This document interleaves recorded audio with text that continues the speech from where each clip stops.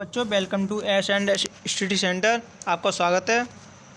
आज हम आपको बीएससी एजी थर्ड सेमेस्टर जो एग्ज़ाम हुआ था स्टैटिस्टिकल मेथड का मैथ का जो आप लोगों का एग्ज़ाम हुआ था उसके हम आपको आज आंसर की बताएंगे। तो सभी स्टूडेंट जल्दी से आंसर की को मैच कर लें कि आप लोगों के कितने प्रश्न सही हुए हैं। ठीक है, तो हम आपको बताते हैं आज का पहला प्रश्न। बच्चों तुम्हारा पहला प्रश्न है जो एग्ज़ाम में आया था, ये बेटा सेट बी है। जिसका सेट बी है वो अपना आसानी से मिला सकता है, टिक लगा ले डायरेक्ट पेपर पे, और जिसका अदर सेट है वो स्क्रीनशॉट ले ले, बाद में दे लेगा।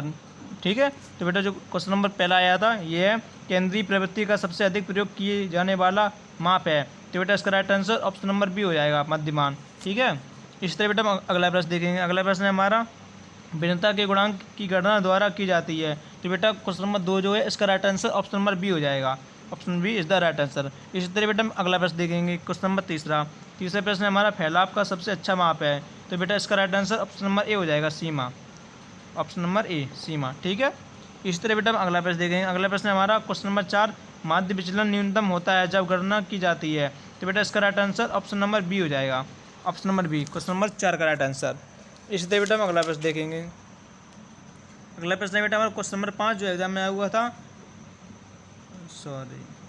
इसमें बोल रहा है कि निम्नलिखित में से कौन चरण मूल्य से सबसे कम प्रभावित है। तो बेटा इसका right answer option number A हो जाएगा, option number A is the right answer. इसी तरह बेटा हम अगला प्रश्न देखेंगे। क्वेश्चन नंबर 6 हमारा जब किसी डाटा सेट के सभी प्रेक्षण समान हो तो माध्य, मध्यक और बहुलक की भी संबंध होगा। तो बेटा क्वेश्चन नंबर 6 जो है इसका right answer option number A है, ए इसका राइट आंसर है। ठीक है बेटा, इसी तरह बच्चा हम अगला प्रश्न देखेंगे। अगला प्रश्न हमारा क्वेश्चन नंबर 7 ताश की गड्डी से किसी एक रंग का पत्ता निकालने की प्रक्रिया है। तो बेटा इसका right answer option number B हो जाएगा, option number B is the right answer. आप लोगों ने ये प्रश्न तो सही कर दिया होगा क्योंकि ताश खेलना तो बहुत ही लोग जानते होंगे। चलो बेटा हम अगला प्रश्न देखते हैं। अगला प्रश्न है हमारा क्वेश्चन नंबर 8 जब दो न्यायसंगत सिक्के उछाले जाते हैं तो संभावित परिणाम होते हैं। तो बेटा इसका right answer option number C हो जाएगा, ऑप्शन नंबर सी इसका राइट आंसर हो जाएगा। इस तरह बेटा हम अगला प्रश्न देखेंगे। अगला प्रश्न है हमारा सहसंबंध को पूर्ण कहा जाता है जब सहसंबंध गुणांक आर का मान होता है। तो बेटा क्वेश्चन नंबर 9 का right answer option number C हो जाएगा, ए और बी दोनों। इसी तरह बेटा हम अगला प्रश्न देखेंगे। अगला प्रश्न है हमारा क्वेश्चन नंबर 10, इसमें बोल रहा है दो चर एक्स और वाई बराबर ए प्लस बी एक्स के रूप में संबंधित है जहां ए और बी अचर है तो आर का मान होगा। तो बेटा क्वेश्चन नंबर 10 जो है इसका राइट आंसर आप लोग बताओ। हमें तो पता नहीं है क्योंकि हम आपको धोखे में नहीं रखना चाहते हैं कि हम आपको बता दें कि इसका ए है बी है, आप लोग कहो कि कंफ्यूज हो जाओ, तो इसलिए हमें इसका राइट आंसर नहीं माना। हमने कन्फर्म भी किया था तो इसका हमें नहीं मालूम है बेटा। ठीक है, आप लोग को मालूम हो तो बता देना। इस तरह बेटा हम अगला प्रश्न देखेंगे। अगला प्रश्न है हमारा क्वेश्चन नंबर 11 बकरियों के समूह पर आहार की प्रभावशीलता का परीक्षण करने के लिए निम्नलिखित में से किसका उपयोग किया जाता है। तो बेटा क्वेश्चन नंबर 11 जो है इसका right answer option number D हो जाएगा, एक्स स्क्वायर टेस्ट पर। इसी तरह बच्चा हम अगला प्रश्न देखेंगे। अगला प्रश्न है हमारा क्वेश्चन नंबर 12 बहुसंबंध गुणांक की सीमा आर है। तो बेटा इसका right answer option number A हो जाएगा, option number A is the right answer. इस तरह बेटा हम अगला प्रश्न देखेंगे। क्वेश्चन नंबर 13 हमारा एक असंभव घटना की प्रायिकता है। तो बेटा इसका right answer option number A हो जाएगा, 0। इसी तरह बेटा हम अगला प्रश्न देखेंगे। अगला प्रश्न है हमारा क्वेश्चन नंबर 14 एक अधिवर्ष में 53 परिवार होंगे, इसकी प्रायिकता होगी। तो क्वेश्चन नंबर 14 जो है इसका right answer option number B हो जाएगा, ऑप्शन नंबर बी, 2/7। इसी तरह बच्चे में अगला प्रश्न देखेंगे। अगला प्रश्न है हमारा क्वेश्चन नंबर 15 भारतीय कृषि सांख्यिकी अनुसंधान संस्थान की स्थापना हुई कहाँ पर हुई है। तो बेटा क्वेश्चन नंबर जो 15 है इसका right answer option number C हो जाएगा, नई दिल्ली। आप सभी लोगों को मालूम ही होगा ये प्रश्न कितना सरल प्रश्न आ गया एग्जाम में। इसका right answer option number C हो जाएगा। इसी तरह बेटा हम अगला प्रश्न देखेंगे। क्वेश्चन नंबर 16 है हमारा किसी चक्र के शिखर या उत्तलता के माप को के रूप में जाना जाता है, किसके रूप में जाना जाता है। तो बेटा सी, ऑप्शन नंबर सी, कुकुरदगा के रूप में जाना जाता है। ठीक है, इस तरह बेटा हम अगला प्रश्न देखेंगे। अगला प्रश्न है हमारा स्वतंत्रता की न्यूनतम त्रुटि कोटि कम से कम होनी चाहिए, कितनी हो चाहिए, 12, ऑप्शन नंबर बी इसका राइट आंसर हो जाएगा। इस तरह बेटा हम अगला प्रश्न देखेंगे। क्वेश्चन नंबर 18 है हमारा मानव विचलन के वर्ग को के रूप में जाना जाता है। तो बेटा इसका right answer option number A हो जाएगा, ऑप्शन नंबर ए, विचरण के रूप में। इसी तरह बच्चा हम अगला प्रश्न देखेंगे। क्वेश्चन नंबर 19 बोल रहा है कि आसंजन सुशिष्टता और गुणों की स्वतंत्रता के लिए एक्स स्क्वायर कई वर्ग परीक्षण के अंतर्गत आता है। क्वेश्चन नंबर 19 जो है बेटा इसका right answer option number C हो जाएगा। ऑप्शन नंबर सी गैर पैरामीट्रिक परीक्षण। इस तरह बेटा हम अगला प्रश्न देखेंगे। अगला प्रश्न है हमारा क्वेश्चन नंबर 20, जब बारंबारता बटन माध्य के सापेक्ष सममित नहीं होता है तो इसे कहते हैं। तो इसका right answer option number C हो जाएगा, तिरछा या विषम। इस तरह बेटा हम अगला प्रश्न देखेंगे। अगला प्रश्न है हमारा, जब डाटा का वितरण लगातार होता है तो कौन सा वितरण लागू होता है। तो बेटा इसका right answer option number A हो जाएगा। ऑप्शन नंबर ए सामान्य वितरण इसका राइट आंसर हो जाएगा। आप लोग बेटा आंसर की मैच कर रहे हो ना, आंसर की को मैच करते ना। हम आपको जो बता रहे हैं, जितने प्रश्न बता रहे हैं एकदम क्लियर प्रश्न है।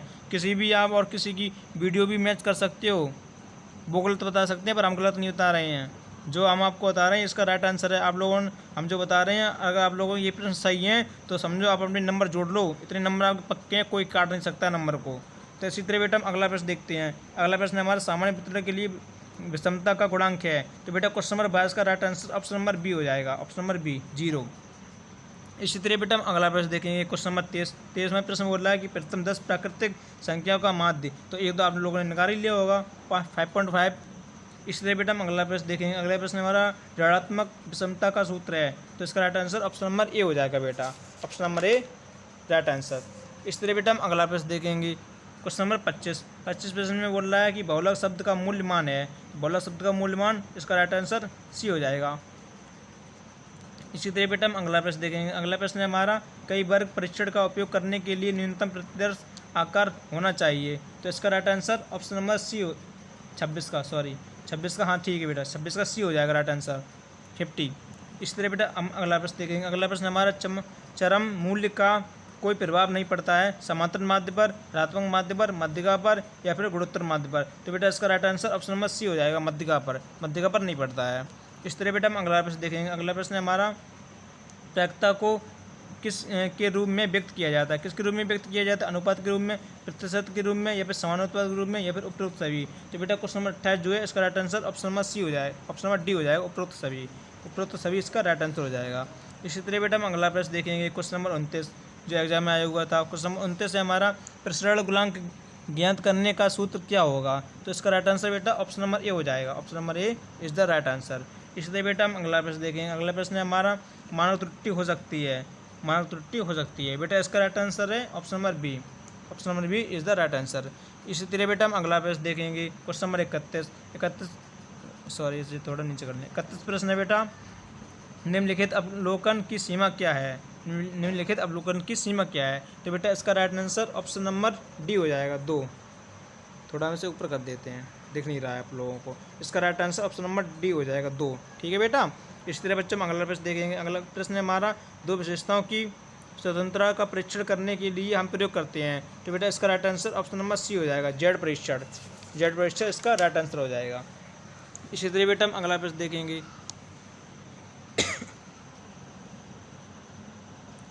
सी जेड परीक्षण सी नहीं होगा बेटा, सॉरी बेटा सॉरी। इसका राइट आंसर हम हटा देते हैं।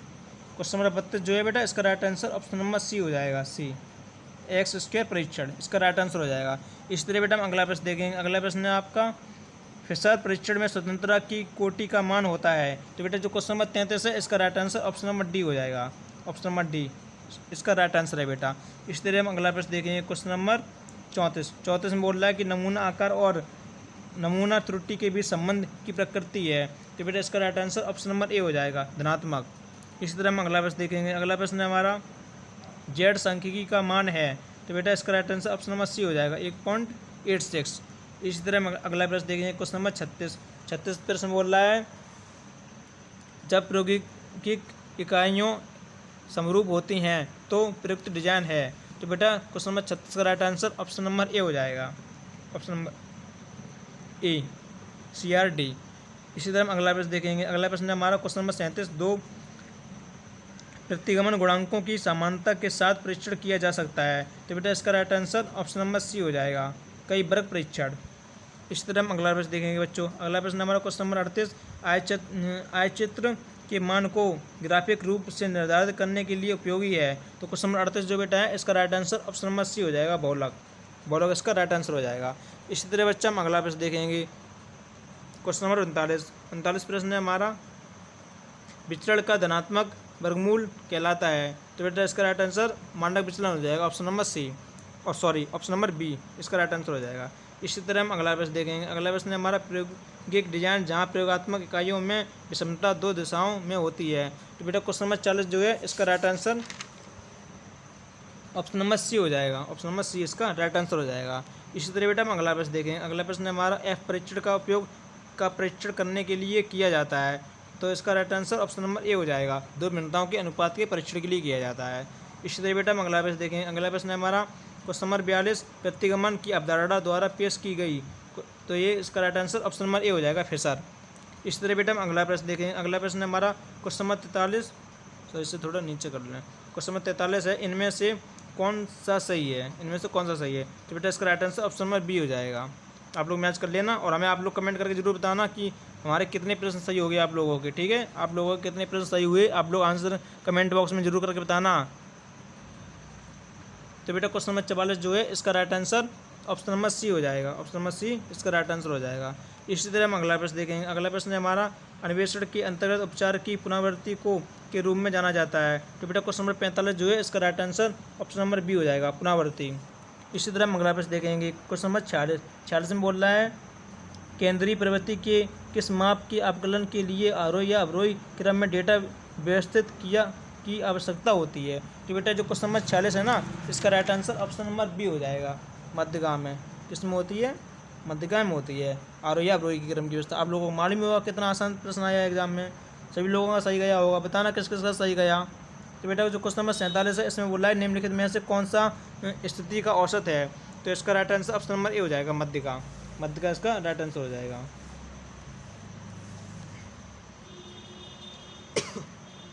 इसी तरह बेटा हम अगला प्रश्न देखेंगे। क्वेश्चन नंबर 48 प्रश्न है हमारा, निम्नलिखित में कौन सा ग्राफ विधि से प्राप्त नहीं किया जा सकता है। तो बेटा इसका right answer option number C हो जाएगा, समांतर माध्य। इसी तरह हम अगला प्रश्न देखेंगे। अगला प्रश्न हमारा क्वेश्चन नंबर 49, द्वितीय आंकड़ों का उपयोग किया जाना चाहिए। तो इसका right answer option number C हो जाएगा, बिल्कुल नहीं, ठीक है। इसी तरह बच्चा हम अगला प्रश्न देखेंगे। क्वेश्चन नंबर 50वां प्रश्न है हमारा, प्राथमिक आंकड़ों को संकलित करने में हानि है। प्राथमिक आंकड़ों को संकलित करने में हानि है। तो बेटा क्वेश्चन नंबर 50 जो है इसका राइट आंसर उपरोक्त सभी हो जाएगा, इसका right answer option number D हो जाएगा, उपरोक्त सभी। इसी तरह हम अगला प्रश्न देखेंगे।